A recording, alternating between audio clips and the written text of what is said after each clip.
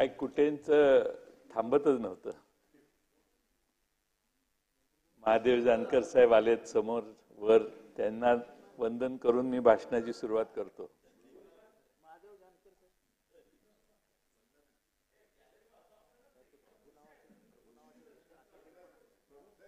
Record Jayantrao, एखाद्याचा सन्मान करणं, तुम्ही काय त्यांना निवडून दिलं नाही, निवडून येऊन दिलं नाही, आमच्याकडे होते तर आलेच असते निवडून. जयंतराव विषयावरती या.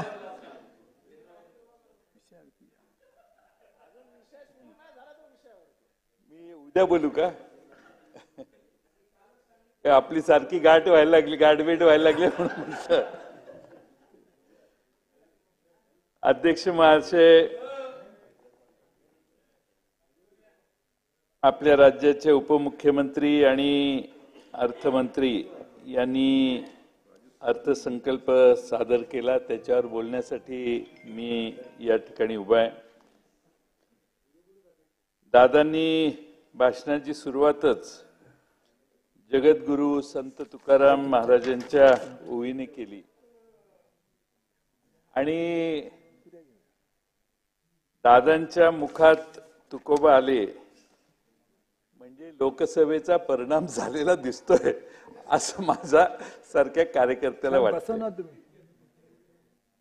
तुकोबा महाराज, तुकाराम महाराज मवाळ होते, संत, पण दांभिकपणावर त्यांनी कठोर असे प्रहार केले.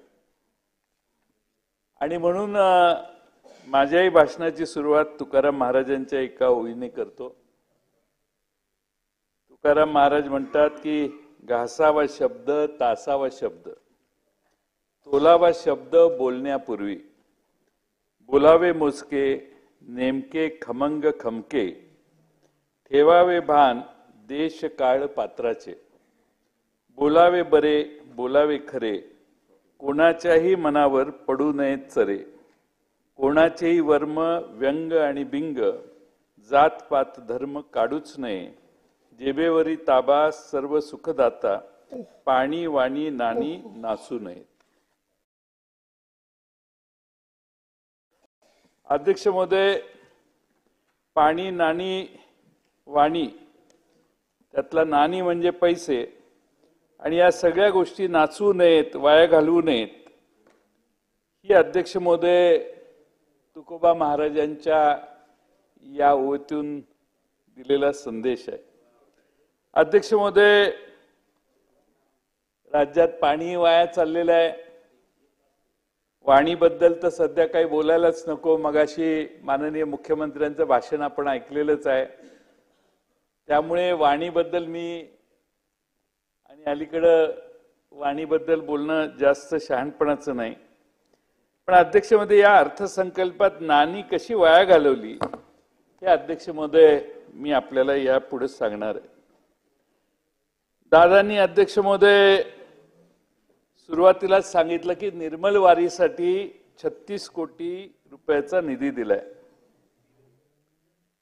एका सुप्रसिद्ध गाण्यातलं एक वाक्य आहे, कडवं आहे, तुला साध आली तुझ्या लेकरांची, अलंकापुरी आज भारावली, वसा वारीचा घेतला पावलांनी, आम्हा वाळवंटी तुझी सावली, गळा भेट घेण्या भीमेची निघाली, तुझ्या नामघोषात इंद्रायणी.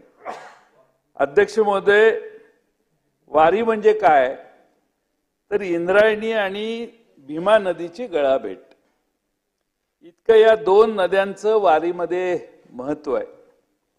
पण आजच्या घडीला इंद्रायणी नदी आणि चंद्रभागा नदी यांची इतकी वाईट अवस्था झालेली आहे की इथल्या पाणी माणसांनी पिणं तर दूरच, पण जनावरांनी पिणं देखील आता अध्यक्ष महोदय मुश्किल झालेलं आहे. आणि त्यामुळं वारीचा जो मूळ आत्मा आहे तो या दोन नद्या आहेत. त्या नद्यांसाठी या अर्थसंकल्पात दादा काही केलेलं नाही. या दोन्ही नद्यांची काळजी घेण्याची गरज आहे आणि तिथं प्रचंड प्रदूषण, पाणी थांबलेलं असल्यामुळं अनेक प्रश्न त्या ठिकाणी असतात. आणि म्हणून अध्यक्ष महोदय, माझी अपेक्षा आहे की आता एवढं सगळं केलंय तर त्या दोन नद्यांच्या स्वच्छतेसाठी एक मोहीम दादा आपण अर्थसंकल्पाच्या उत्तराच्या भाषणात जाहीर केली। तर ही जी आता वारी सध्या चाललेली आहे त्या वारकऱ्यांना देखील एक दिलासा मिळेल। अध्यक्ष महोदय, मी आता अर्थसंकल्पावर येतो। माझ्याकडे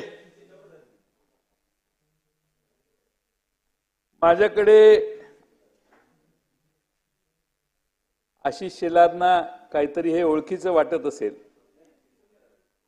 तुम्हाला दिसलं नाही तरी चालेल, त्यांना दिसलं, त्यांनी मान हलवली ना। त्यामुळे अध्यक्ष महोदय, हे संकल्प पत्र विधानसभा निवडणूक 2019 पुन्हा आणूया आपले सरकार भारतीय जनता पार्टीचं आहे। अर्थसंकल्प मांडणाऱ्यांच्याकडे दुसऱ्या दोन पक्षांनी आपले जाहीरनामे पाठवायचे असतात। आम्ही हे कमिट केलेलं आहे, हे जाहीरनाम्यात बजेटमध्ये यावं म्हणून। 44 पानाची आश्वासनं या जाहीरनाम्यात आहेत। अध्यक्ष महोदय, सगळं वाचून दाखवत नाही मी, पण एक 7-8 आश्वासनं वाचून दाखवतो। एक आश्वासन होतं 5 वर्षात महाराष्ट्र दुष्काळ मुक्त करणार। फेब्रुवारी 24 मध्ये राज्यातील 2292 महसुली मंडळात 1532 महसुली मंडळामध्ये दुष्काळग्रस्त परिस्थिती आपल्याला जाहीर करावी लागेल। 5 वर्षात राज्यात 1 कोटी रोजगार निर्माण करणार। 2.5 वर्षात अध्यक्ष महोदय किमान 50 लाख रोजगार निर्माण झाले आहेत। एवढं जरी दाखवलं तर भरपूर काम होईल। महात्मा फुले, सावित्रीदेवी फुले, स्वातंत्र्यवीर सावरकर यांना भारतरत्न मिळवून देणार। तुम्हाला दादा माहित नाही, त्यांच्या ह्याच्यात आहे।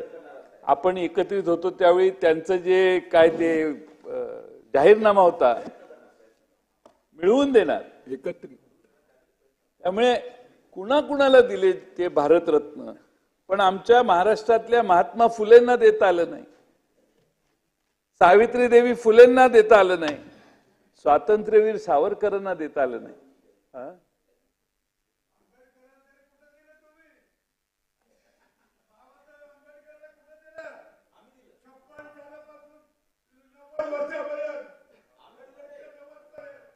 एका ठराविक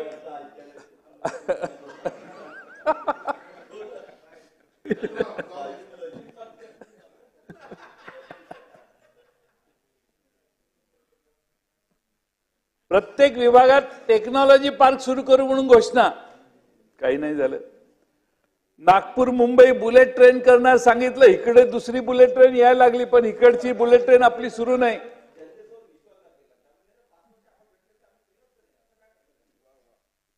हे करत नाही म्हणून तर जनतेनं सांगितलं की हे चेंज करा आणि हे सरकार करा। कोकण किनारपट्टीवर 10 बंदरे विकसित करणार। अध्यक्ष महोदय, मला संरक्षण द्या, खाली बसून बोलणार असतील तर मी बसतो। संजय कुटे साहेब, हो कुटे साहेब,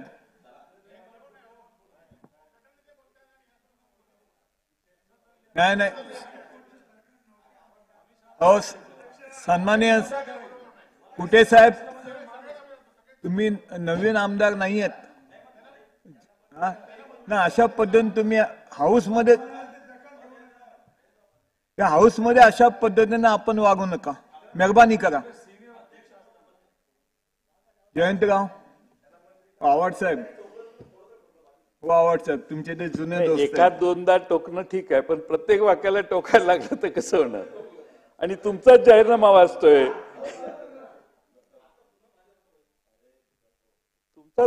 तुमचा जाहीरनामा आठवण करून देतोय। 50,000 अद्ययावत आरोग्य केंद्र उभारणार। इंदू मिल आणि छत्रपती शिवाजी महाराजांचे स्मारक 2020 पर्यंत पूर्ण करणार। ही सगळी अध्यक्ष महोदय आश्वासन आहेत, पण ही नाही पूर्ण झाली आणि त्यामुळे महाराष्ट्रातली जनता यांच्यावर विश्वास ठेवत नाही। हा प्रॉब्लेम यामुळे आहे। जे घोषणा केलेली आहे ती घोषणा मतं मिळवण्यासाठी असते, त्यात अंमलबजावणी करणं हा भाग फारसा नसतो, हे आता महाराष्ट्रात लक्षात आले। या अर्थसंकल्पाच्या बाबतीत एक आणखीन ओळ वाचून दाखवतो। गरीब के थाली में पुलाव आ रहा है, गरीब के थाली में पुलाव आ रहा है, लगता है राज्य में चुनाव आ रहा है, अशी आजची परिस्थिती आहे. आणि म्हणून अध्यक्ष महोदय, आज महाराष्ट्राची गरज काय आहे, कोणत्या कमतरता महाराष्ट्रात आहेत, त्याकडे मात्र राज्याच्या अर्थसंकल्पात कुठेही लक्ष नाही. दादांनी आमच्या मोदी साहेबांचं बहुमताने सरकार बनवल्याबद्दल अभिनंदन केलेलं आहे भाषणात. काही नाही, आम्हाला काही त्यात तक्रार नाही, चांगलं आहे, ते निवडून आले, त्यांचं अभिनंदन केलं पाहिजे. पण यावेळी झाले काय, ज्या मुलांना दरवेळी 60-70% मार्क पडायचे त्यांना बरोबर पडले 36%, आणि ज्यांना दरवेळी पडायचे 40% त्यांना पडलेत 80%. त्यामुळं अध्यक्ष महोदय, पेपर लीक होता, त्यामुळे हे नवीन घोटाळे सुरू झाले. जयंतराव, हे बजेटवरचं भाषण आहे का हो? हे बजेटवर तर तुम्ही भाषण करता, मला काय समजत नाही. चर्चा चालू आहे, बजेटवर तुम्ही भाषण करा, उभे राहा ना. हे विषय कोणते? मेहरबानी करा जयंतराव. अध्यक्ष महोदय, तुमची मेहरबानी. त्यांच्यावर कुठेंवर काय बोलले, कुठे कोणत्या बजेटचे विषय बोलले हे सांगू? मी नाही बोललो मी, कारण जयंतराव त्यांच्यापेक्षा सर्वसाधारण चर्चा आहे. माझी तुम्हाला विनंती, त्यांच्यापेक्षा अनुभवी तुम्ही आहात, मेहरबानी करा. मग माझ्यापेक्षा तुम्ही अनुभवी आहात, माझ्यापेक्षा आधी तुम्ही आहात, त्यामुळं आपल्यापेक्षा जास्त आहेत ते.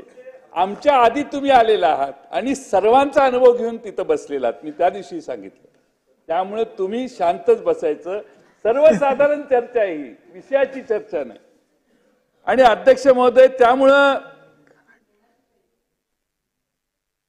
आता काय, तुम्ही जरा डिस्टर्ब केलं मला, त्यामुळे मुद्दे मागे पुढे व्हायला. त्यामुळे अगदी मोदी साहेबांचंही लीड कमी झालं. 4-4.5 लाखाचं काहीतरी 1.5 लाखावर आलं.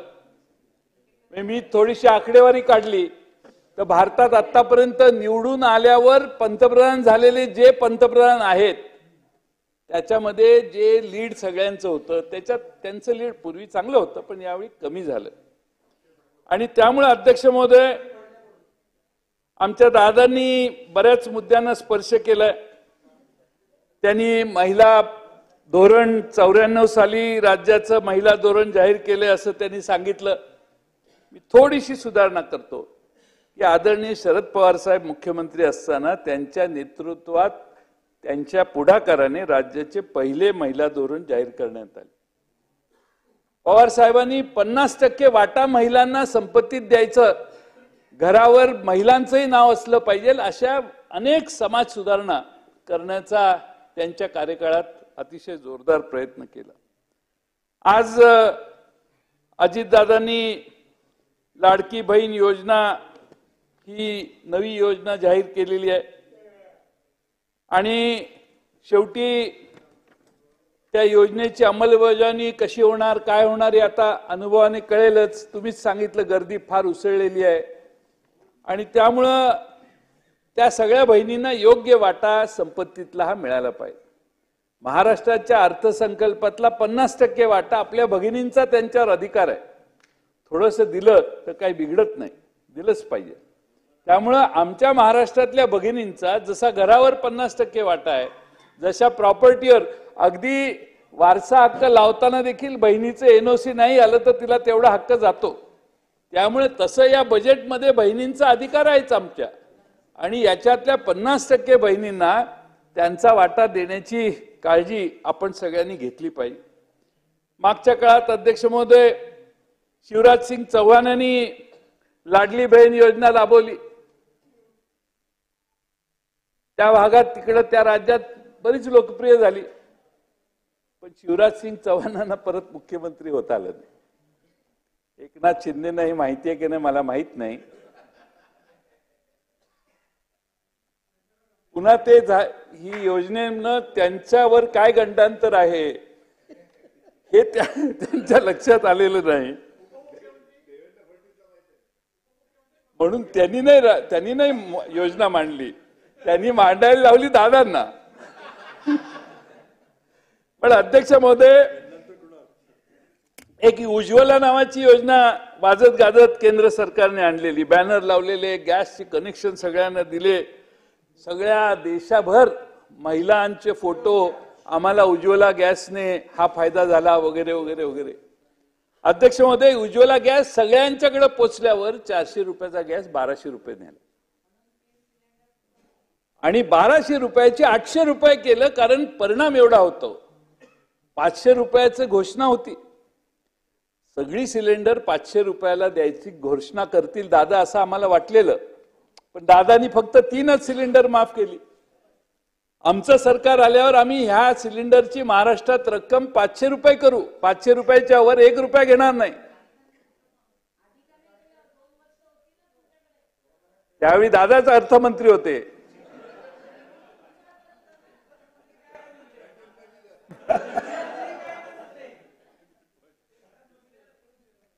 तुम्ही कायच, दादांचं होतं अर्थमंत्री. हो, अर्थमंत्री म्हणजे काय पॉवर असते.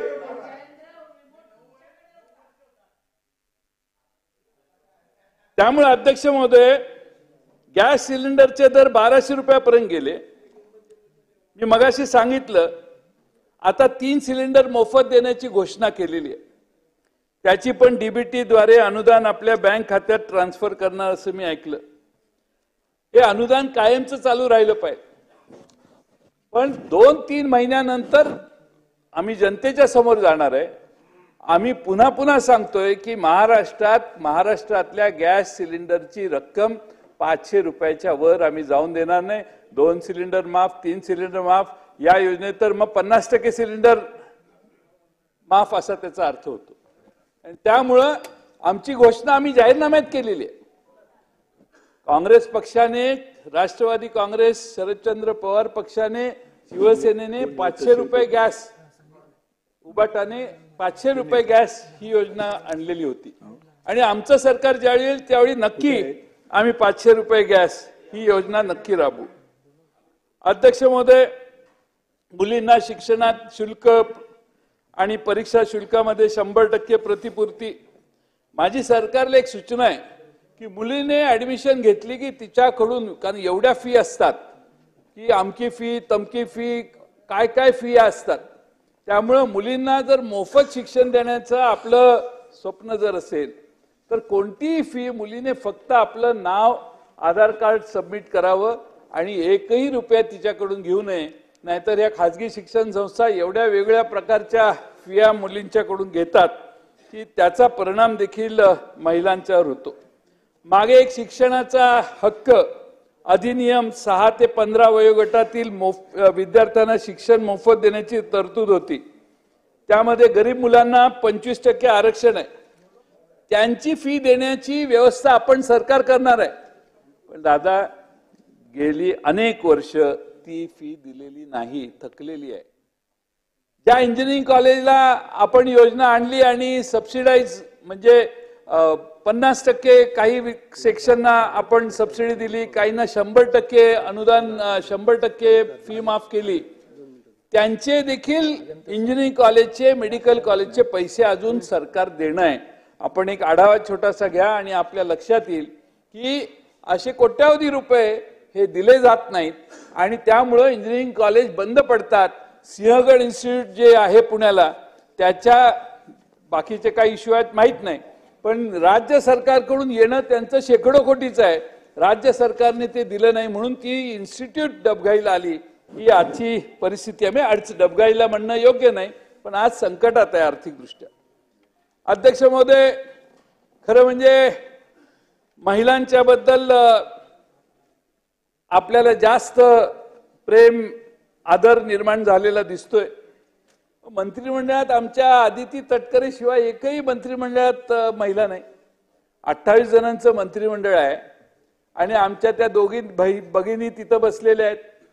आमच्या महिलांनी खरं म्हणजे सीमाताई हिरे आहेत, माधुरी मिसाळ आहेत, देवयानी फरांदे आहेत. त्या तिघी आज नाहीच आहेत कारण हे काय यांचं लक्षच नाही त्यांच्याकडे, त्यामुळे त्या बसायचंही बंद झालं.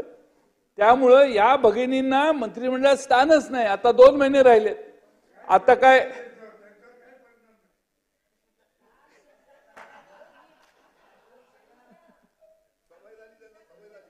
त्यांनी नादच सोडून दिलाय. ते आता मागायलाही मंत्रिमंडळात तुमचं नाना कसं आहे तसंच त्यांचं झालेलं आहे.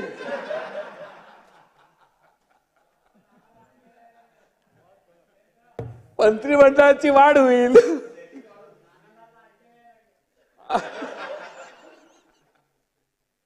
मंत्रिमंडळाची वाढ होईल म्हणून या ठिकाणी आता कुणाची अपेक्षा नाही राहिली. लोकांनी नाद सोडलेला आहे. आता 2 महिने आहेत. कुणाला तरी तुला माजी मंत्री म्हणून म्हणायचंय तर तुला घेतो, याच्या पलीकडं आता मंत्रिमंडळात जाण्याची कुणाची इच्छा राहिलेली नाही. आणि त्यामुळे अध्यक्ष महोदय, निष्ठावंत महिला आमदार जे आहेत त्यांनाही संधी देण्याची आवश्यकता होती. खरं म्हणजे आपण महिलांना मदत करताय, पण अध्यक्ष महोदय, महाराष्ट्रात महिलांच्या वर मागच्या एका वर्षात आशिष शेलार साहेब 47,381 गुन्हे नोंदवलेले आहेत महिलांच्या विरोधात, महिलांच्यावरच्या अत्याचाराचे. हे गंभीर गुन्हे, अनेक ह्याच्यातले गंभीर गुन्हे आहेत, पण एका वर्षात 47,381 गुन्हे महाराष्ट्रात नोंदवले आहेत महिलांच्यावरच्या अत्याचारांचे. म्हणजे महाराष्ट्रात महिला असुरक्षित आहेत याची चिंतन आपण सगळ्यांनी अध्यक्ष महोदय केलं पाहिजे. मागे एक एप्रिल 23 पासून राज्यात कन्या भाग्यश्री योजना बंद करून लेक लाडकी योजना सुरू केली. त्यासाठी 100 कोटी रुपये अर्थसंकल्पात दिलेले होते. खर्च किती झाले? 19 कोटी रुपये. 100 कोटीची तरतूद केली पण 19 कोटीच वितरित केले. त्यामुळे एकीकडे महिलांच्यासाठी योजना जाहीर करायच्या, पण जेव्हा महिला भगिनींना खरा अधिकार देण्याची वेळ येणार आहे तेव्हा मात्र त्या भगिनींना खरा अधिकार मिळवून द्यायचा नाही आणि बजेटरी तरतुदीत त्यांना जेवढं कमी देता येईल तेवढं द्यायचं, हे अध्यक्ष महोदय चाललंय. युवकांसाठी सभागृहाची वेळ 7 वाजेपर्यंत वाढवण्यात येत आहे. थँक्यू. युवकांसाठी कार्यप्रशिक्षण म्हणजे तुम्ही नक्की काय करणार आहात, त्याचे नियम, अटी, शर्ती काय काय आहे ते काहीच अजून माहिती नाही. पण अध्यक्ष महोदय, आर्थिक पाहणी अहवालानुसार मागच्या वर्षीच्या तुलनेत ग्रामीण भागात पदवीधर शिक्षण पूर्ण असलेल्या नागरिकांच्या बेरोजगारीत 1.5% वाढ झालेली आहे. अध्यक्ष महोदय, राज्य शासनाचे 2.5 लाख पदे रिक्त आहेत. अध्यक्ष महोदय, त्यांना भरती काय नाही. मुलांना, युवकांना महाराष्ट्रात भरती 70 का 75 हजार लोकांना भरती केलं असं काल परवा सांगितलं. 75,000, 1 लाख वरती आहे. त्या 2.5 लाख पद रिक्त आहेत अध्यक्ष महोदय. आणि अध्यक्ष महोदय, खरं म्हणजे या अर्थसंकल्पात सगळ्या दुधाच्या संदर्भात शेतकऱ्यांच्या, दूध उत्पादक शेतकऱ्यांना प्रति लिटर 5 रुपये अनुदान ही जुनी योजना आहे. त्याचे पैसे झालेले नाहीत. पुन्हा त्याचा उल्लेख केलाय दादांनी भाषणात, ठीक आहे, पण पूर्वी बऱ्याच लोकांचे पैसेच दिलेले नाहीत. ते मागचे देणे किती आहे, त्याची तरतूद किती, आणि इथून पुढे आता नवी घोषणा म्हणजे या नव्या मागच्या वर्षभराचे 5 रुपयाने किती होतात, 2 महिन्याचे ते पैसे आणि पुढच्या वर्षभराचे अनुदान हे लवकरात लवकर देण्याचं काम करावं अशी माझी विनंती आहे. शेवटी गाईच्या दुधाला मिळणार आहे तसा म्हैशीच्या दुधालाही देण्याचा काही विचार असेल तर तोही करायला हरकत नाही. पण अध्यक्ष महोदय, कांदा उत्पादकांना देखील काय निर्यात बंदी करून नुकसान करायचं ते केलंय. आपण 350 प्रति क्विंटल अनुदान कांदा उत्पादकांना देणार आहे असं जाहीर केलंय, म्हणजे 3.5 रुपये किलो. अध्यक्ष महोदय, कांदा निर्यात बंदी करून लाखो रुपयाचं शेतकऱ्यांचं नुकसान झालंय, हे या 3.5 रुपयानं भरेल असं मला वाटत नाही. अध्यक्ष महोदय, दादा तुम्हाला माहिती आहे की नाही माहित नाही, पण मागच्या 16 महिन्यात तुमच्या राजवटीत जवळपास महाराष्ट्रामध्ये 4,000 शेतकऱ्यांनी आत्महत्या केलेली आहे. आणि त्यामुळे अध्यक्ष महोदय, तुमच्या घोषणांच्यावर शेतकऱ्यांचा, महाराष्ट्रातल्या ग्रामीण भागातल्या लोकांचा विश्वास बसेना झालाय. तुम्ही एखादा दिलासा देण्याची भूमिका घेतली तर शेतकरी आत्महत्येचं प्रमाण कमी व्हायला पाहिजे होतं, पण तसं काही होत नाही. आता दरवर्षी रायगडावर राज्याभिषेक सोहळा साजरा करणार आपण जाहीर केलाय. तो तर दरवर्षी होतो, ती काय नवीन नाही. दरवर्षी राज्याभिषेकाचा सोहळा जाहीर होतो, केला जातो, होतो तिथं. त्यामुळे आपण भाषणात जे सांगितलं की राज्याभिषेकाचा दरवर्षी आम्ही सोहळा करू, तो तर महाराष्ट्रातली जनता तिथं लोटते, छत्रपती शिवाजी महाराजांना वंदन करते, नमन करते, त्या ठिकाणी जाते, भक्तिभावाने जाते. त्यासाठी महाराष्ट्रातली जनता हा सोहळा नेहमीच करते आणि इथून पुढे तो हजारो वर्ष चालूच राहणार आहे. आणि त्यामुळे जे चालू आहे त्याच घोषणा आपल्या भाषणात आम्हा सगळ्यांना जाणवतात. आणखीन एक महत्वाचं आहे की अर्थसंकल्पाला मी आता वेगवेगळ्या अर्थसंकल्पाला नावं देतात, त्यामुळं अध्यक्ष महोदय या अर्थसंकल्पाला बदला अर्थसंकल्प म्हणायला हरकत नाही. बदला यासाठी की ज्या दलित, आदिवासी आणि अल्पसंख्याक समाजाने तुम्हाला मतं दिली नाही त्यांना या अर्थसंकल्पात तुम्ही काहीच द्यायचं नाही असं ठरवलेलं आहे. आणि त्यामुळे अध्यक्ष महोदय भूमिका काय, तर तुम्ही आम्हाला मतं नाही दिली तर आम्ही तुम्हाला निधी देणार नाही अर्थसंकल्पात, असं त्यातनं इनडायरेक्टली आपण हिंट करताय का काय अशी आम्हा सगळ्यांची शंका आहे.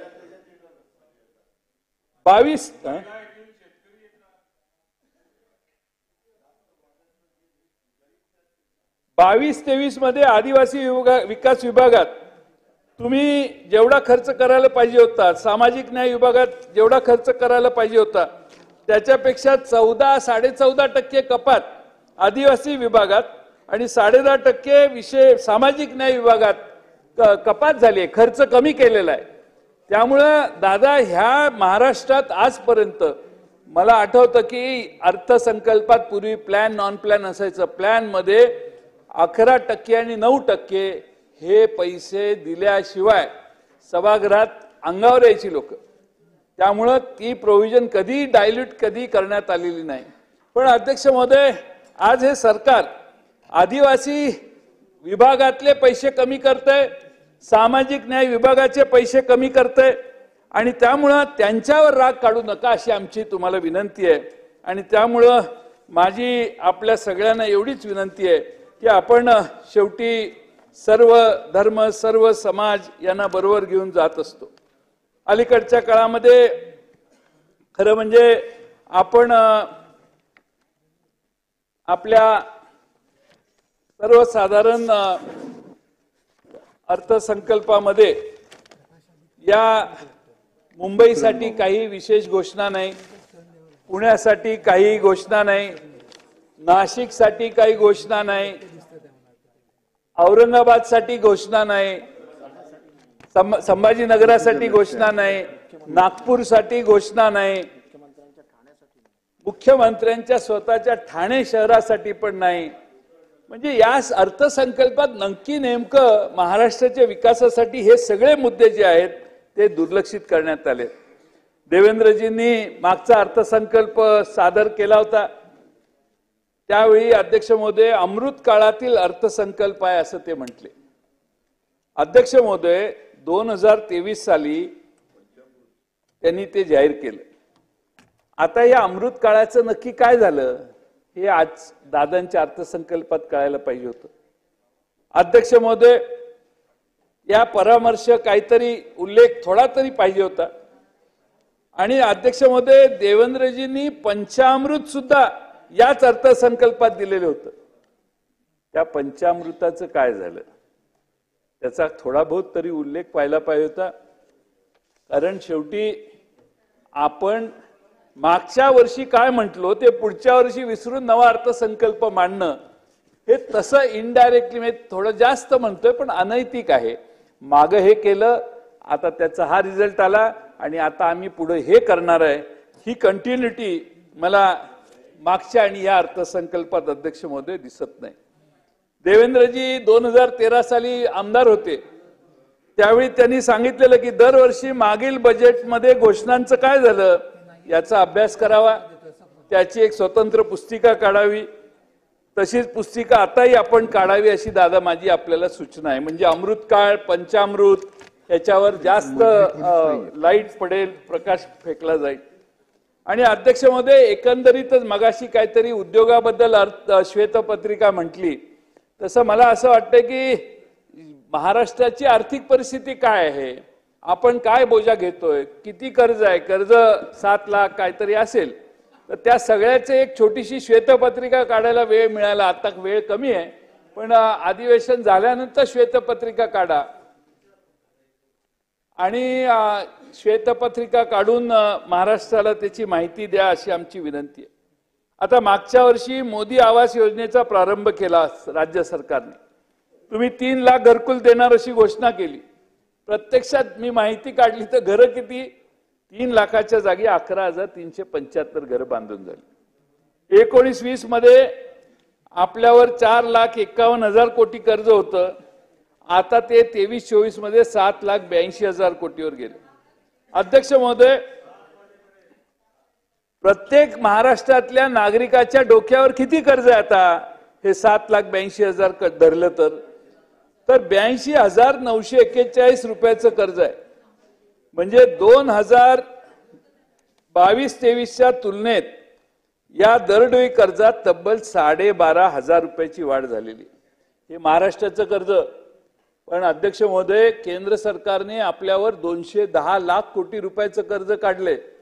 त्याचं दरडोई बोजा प्रत्येक महाराष्ट्रातल्या भारतातल्या माणसावर 2 लाख रुपयाचा आहे. म्हणजे आपण चढवलेले 62,000 रुपये त्याच्या डोक्यावर आणि भारतातल्या प्रत्येक माणसावर, लहान काल जन्मलेल्या बाळावर पण आज 2 लाखाचं कर्ज आहे.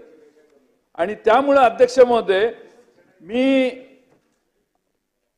तुटीत वाढ झालेली आहे, बाकीच्या सगळ्या गोष्टी आहेत. राजकोषीय तूट ही 1,10,10,355 कोटी रुपयावर गेलेली आहे. अध्यक्ष महोदय, यामध्ये मी आपल्याला एक महत्वाचा मुद्दा या राजकोषीय तूट आणि बाकीच्या मुद्द्यावर सांगेन.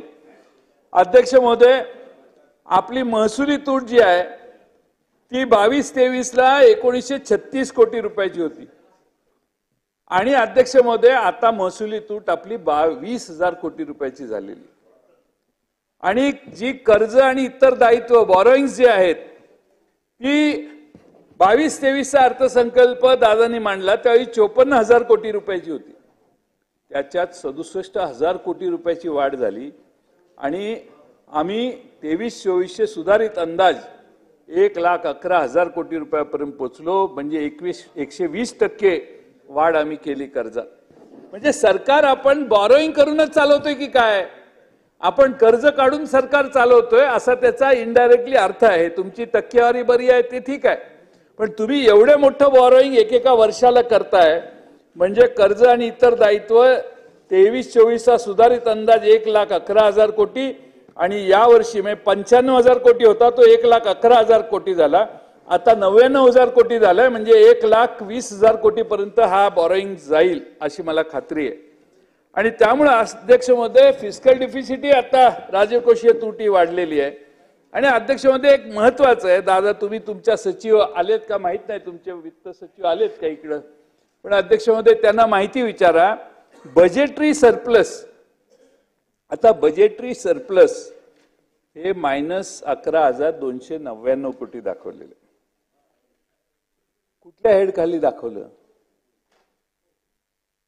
पैसे जेवढे आहेत त्याच्यापेक्षा जास्त पैसे खर्च केले, हे कसे शक्य आहे?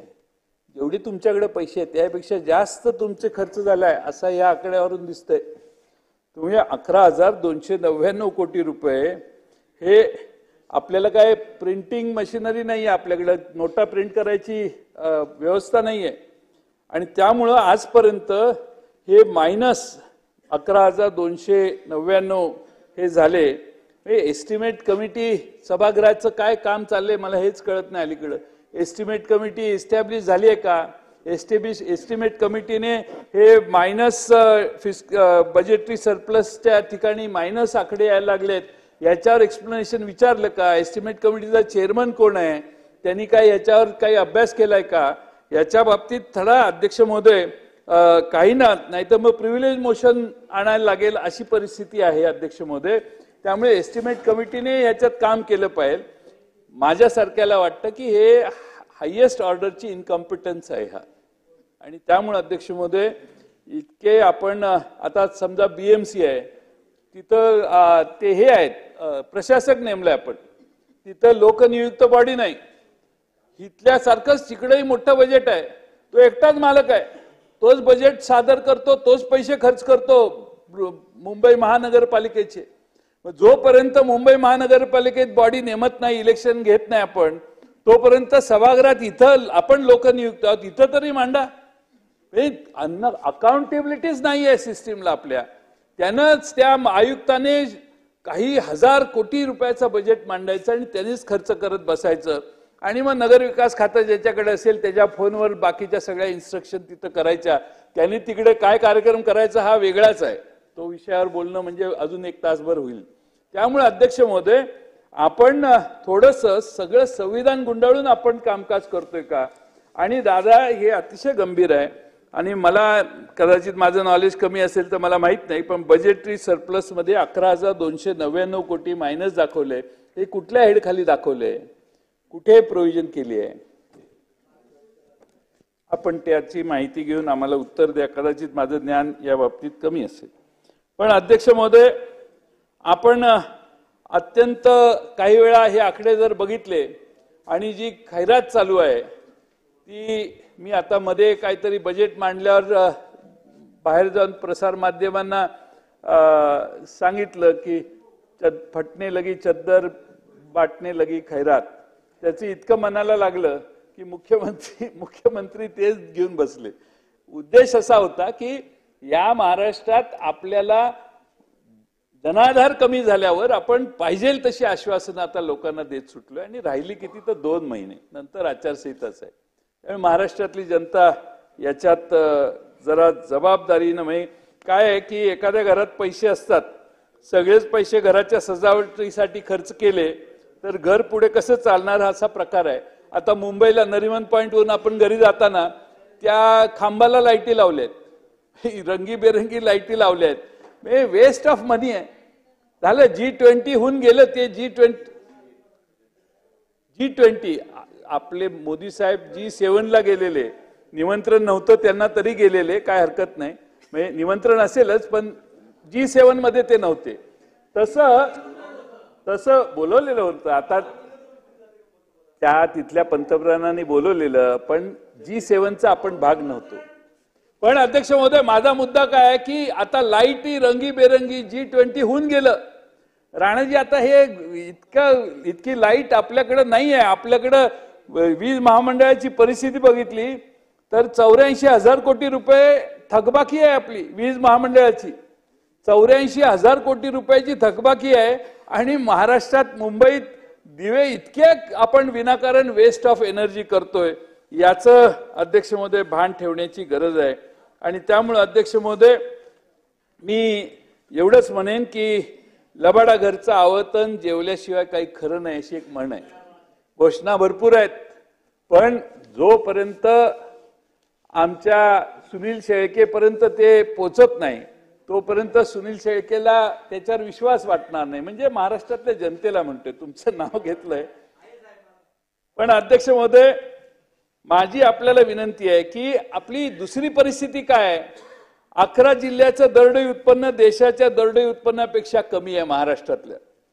पर कॅपिटा एक्सपेंडिचर हे अध्यक्ष महोदय राजस्थानपेक्षाही कमी झालेलं आहे ग्रामीण भागातलं.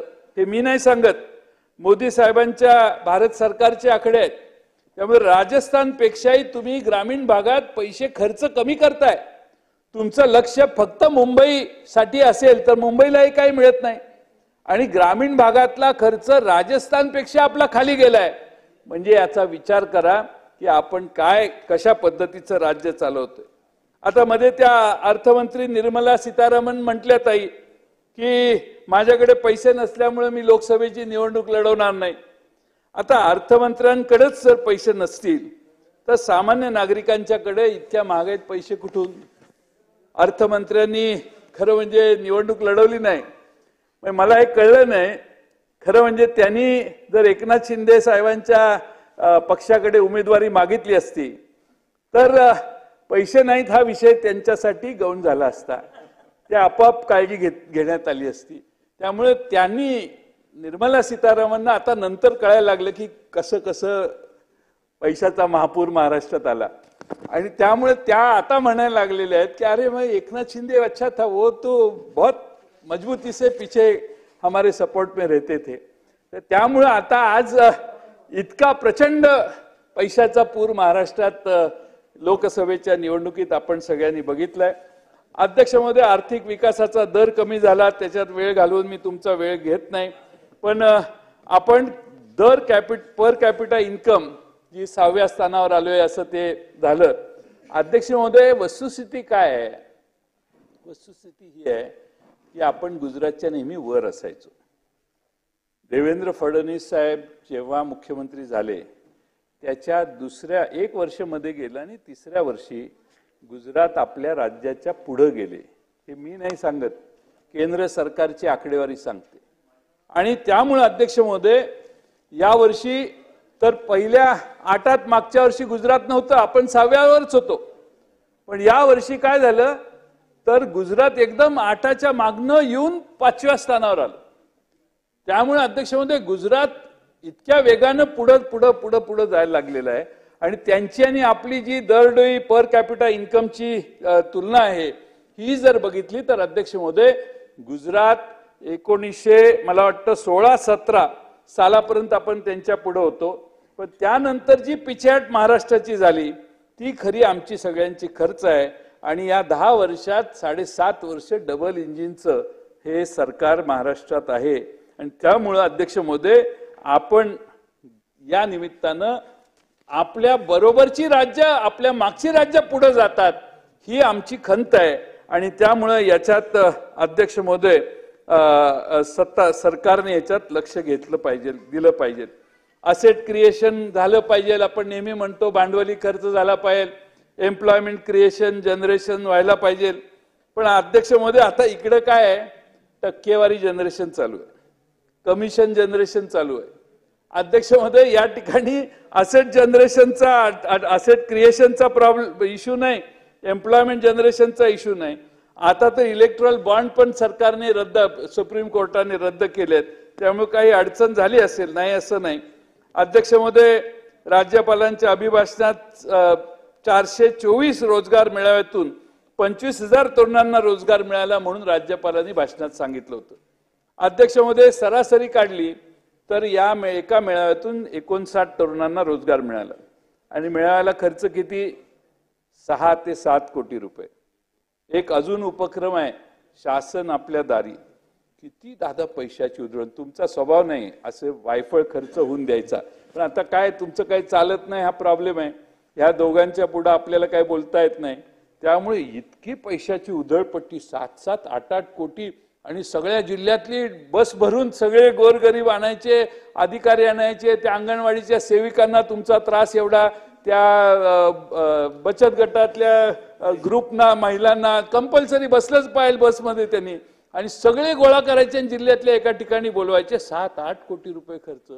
आणि काय तर क्लार्कने किंवा नायब तहसीलदारांनी किंवा तहसीलदारांनी जे सर्टिफिकेट द्यायचे त्या सर्टिफिकेटचं वाटप करायला मुख्यमंत्री आणि उपमुख्यमंत्री जाऊन उभं राहतात आणि त्याला ती सर्टिफिकेट वाटप करतात. आणि ह्यांचा शासन आपल्या दारी येईपर्यंत कोणालाही सर्टिफिकेट 15 दिवस देत नाही. आणि ती मग बिचारे सगळे गोळा होतात तिथं सर्टिफिकेट मिळायला म्हणून. आणि त्यामुळं कोट्यावधी रुपये, दादा तुम्ही चौकशी करा किती कोट्यावधी रुपये खर्च चालू आहे ह्या शासन आपल्या दारीमध्ये. त्या रोजगार मेळाव्यात पण तुम्ही चौकशी करा किती पैसे खर्च करायचे. ही गरज नाही आहे. ऍक्च्युअली रोजगार मिळाला पाहिजे. तुम्ही त्या ठिकाणी शासन आपल्या दारी ही करण्याची गरजच नाही. मागच्या काळात इतक्या मोठ्या प्रमाणात कामं चाललेली होती, पण असं कधी झालं नाही. मेळावे घ्या, मेळाव्याला बंदी नाही, पण खर्च किती करताय.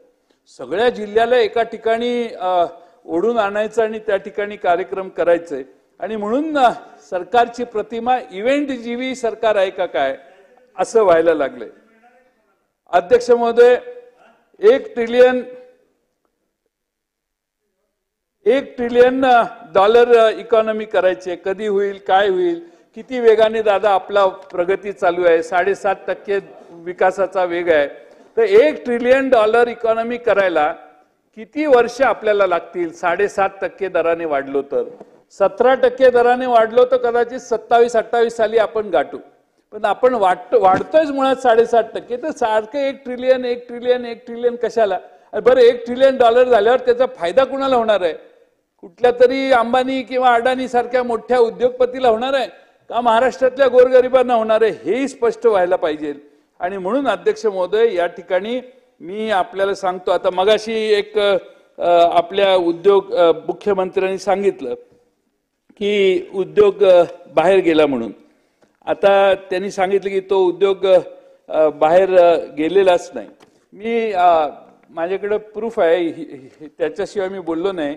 सॅफ्रॉनचा MRO प्रकल्प, आता सॅफ्रॉनची ऑलरेडी हैदराबादमध्ये ऍक्टिव्हिटी आहे, ती तिथं आहेच, पण त्यांना आणखीन एक्सपांड करायचं होतं, 1000-1500 कोटीचं एक्सपान्शन करायचं होतं. म्हणून ते महाराष्ट्र सरकारशी बोलत होते आणि MIDCशी बोलत होते. आणि अध्यक्षमध्ये विदेशी विमान कंपन्यांचं आणि भारतीय कंपन्यांचं देखभाल दुरुस्ती ओव्हरऑल हा तो प्रोजेक्ट होता. तो तेलंगणातल्या हैदराबादमध्ये गेला, पण मूळ त्यांचं तिथं होताच. आता ते म्हटले मगाशी भाषणात की ते त्यांचं तिकडेच होतं, नंतर नाही आहे. पण तसं नाही आहे. फॅक्ट काय आहे तर ते ऑलरेडी तिथं एक प्रोजेक्ट आहेच त्यांचा, पण त्यांना एक्सपान्शन करायचं होतं. MIDCची मिहानच्या अशी चर्चा त्यांची चालू होती, पण शेवटी त्यांनी विड्रॉ केलं. ज्यावेळी आपलं नवीन सरकार आलं त्यावेळी त्यानंतर ते विड्रॉ झाले, काय कारणानं झाले माहीत नाही. आणि आता त्यांचं उरलेलं एक्सपान्शन पण ते त्याच ठिकाणी हैदराबादला करतायत. सभागृहात आपण माहिती देत असताना जबाबदारीने दिली पाहिजे, एवढीच माझी मुख्यमंत्र्यांच्याकडून अपेक्षा होती. अध्यक्ष महोदय, आपण या ठिकाणी बरेच बाकीची आकडेवारी देऊन मी तुमचा वेळ घेत नाही. दादांनी सांगितलं की काही कमी पडले तर वित्त आयोगाकडून निधी मागू.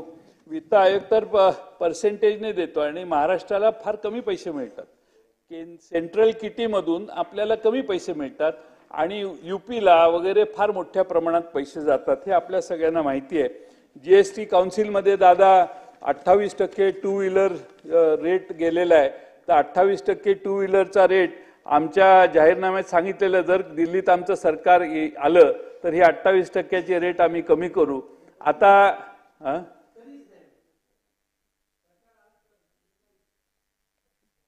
नाही तर नाही, तुम्ही करा. पण तुम्ही भातखळकर साहेब, तुमच्याबद्दल मी का मुद्दामून अलीकडे बोलत नाही तर मला माझ्या मनात दुःख होतंय की माझा एक जुना मित्र, निष्ठेचा मित्र, प्रामाणिकपणाने तिकडे राहिलेला, पण त्याला न्याय ह्यांनी दिला नाही. आणि त्यामुळं अन्याय किती. आणि हे नवीन पाहुणे येऊन बसल्यामुळे तर तुम्हाला काय बाबा, म्हणजे ते बघा मागे कसे हसतात गालातल्या गालात.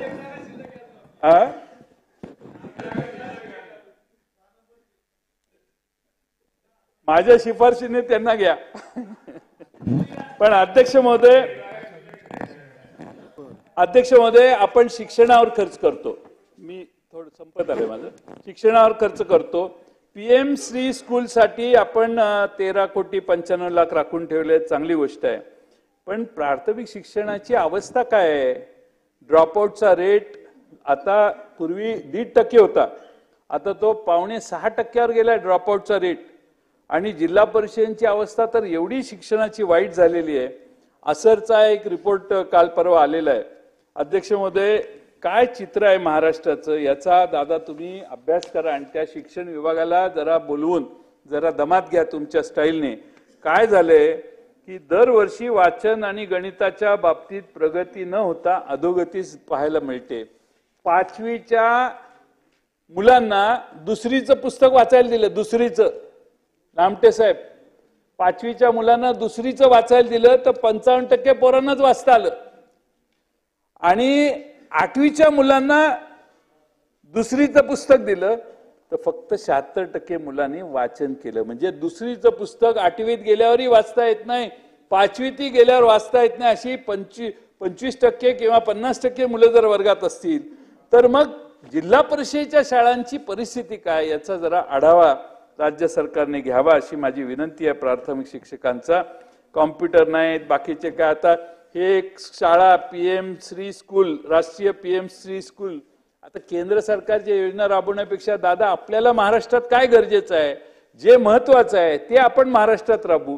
आता ही एक कुठली तरी शाळा असेल PM श्री स्कूल, त्याला 13 कोटी रुपये देणार, पण महाराष्ट्रातल्या जिल्हा परिषदांच्या अवस्था काय आहे याकडे मात्र सरकार दुर्लक्ष करतंय. आणि म्हणून महाराष्ट्राचे स्पेसिफिक प्रश्न हुडकून काढा आणि त्यासाठी पैसे खर्च करण्याचा, म्हणजे शाळा खोल्या सुधारा. तुम्ही सांगली जिल्ह्यात दादा येऊन बघा, मी मॉडेल स्कूलचा कार्यक्रम मॉडेल स्कूलचा कार्यक्रम राबवला. मी पालकमंत्री होतो त्यावेळी. त्या 2.5 वर्षामध्ये अध्यक्ष महोदय जवळजवळ 600 शाळा, प्रतापराव सरनाईक साहेब तुम्ही माझ्या जिल्ह्यातून कुठल्याही शाळेच्या गावावर बोट ठेवा आणि त्या शाळेत जाऊन बघा, त्या शाळेच्या उत्तम शाळा आहेत, अतिशय चांगला दर्जा. महाराष्ट्रातल्या कुठल्याही जिल्ह्यात एवढ्या शाळा चांगल्या दिसणार नाहीत. त्या माझ्या जिल्ह्यात सांगलीला तुम्ही प्राथमिक आरोग्य केंद्र स्मार्ट PHC म्हणून मी एक योजना राबवली आहे. सगळ्या स्मार्ट PHC मध्ये सगळ्या व्यवस्था उत्तम आहेत आणि प्राथमिक शाळा आता 700 750 पैकी एक 500 झालेल्या आहेत, उरलेल्या 200 या वर्षी पुढच्या वर्षी होतील. पण महाराष्ट्रात तुम्ही दादा लक्ष घालून एकदा तुम्ही याच माझ्या मतदारसंघात, आणि तुम्हाला एक 2-3 शाळा माझ्या मतदारसंघात जतला जाऊन बघा, तुम्ही कुठेही जाऊन बघा, पण शाळा एवढ्या उत्तम आहेत आणि आपलं लक्ष शाळांवर असलं पाहिजे. तुम्ही आदेश द्या प्रत्येक जिल्ह्याच्या पालकमंत्र्यांना की जिल्ह्यातल्या नियोजन मंडळातून महाराष्ट्रातल्या सगळ्या प्राथमिक शाळांच्या दुरुस्त्या करा. 1940 आणि 50 आणि 60 साली बांधलेल्या खोल्या, 70 साली बांधलेल्या खोल्या आता निकृष्ट आहेत, फरशा खराब आहेत. या सगळ्या सुधारणा करण्यासाठी राज्यव्यापी काही योजना घेण्याची दादा अत्यंत आवश्यकता आहे, अशी माझी आपणाला विनंती आहे. शेवटी हा अर्थसंकल्प सगळ्यांना माहिती आहे, हा निवडणुकीचा संकल्प आहे, हा काय अर्थसंकल्प नाही, हा निवडणुकीचा संकल्प आहे. लामटे साहेब शेवटचे 3च मुद्दे नाहीये, 3च वाक्य पण नाही आहेत, पण 3 आहेत पॅरेग्राफ. त्यामुळे अर्थसंकल्प नाही आहे, निवडणुकीचा संकल्प आहे. चॉकलेट दिलेलं आहे, गाजर म्हणणार नाही मी, पण चॉकलेट आहे, गोड गोड लागतंय, लागायला गोड आहे, त्यात काय हे नाही. पण अध्यक्षमध्ये जनता फार हुशार आहे महाराष्ट्रातली. राजा का एवढा उदार झालाय हे महाराष्ट्रातल्या जनतेला कळलेलं आहे. लोकसभेतले निकाल आल्यानंतर तुम्हाला धडकी भरलेली आहे.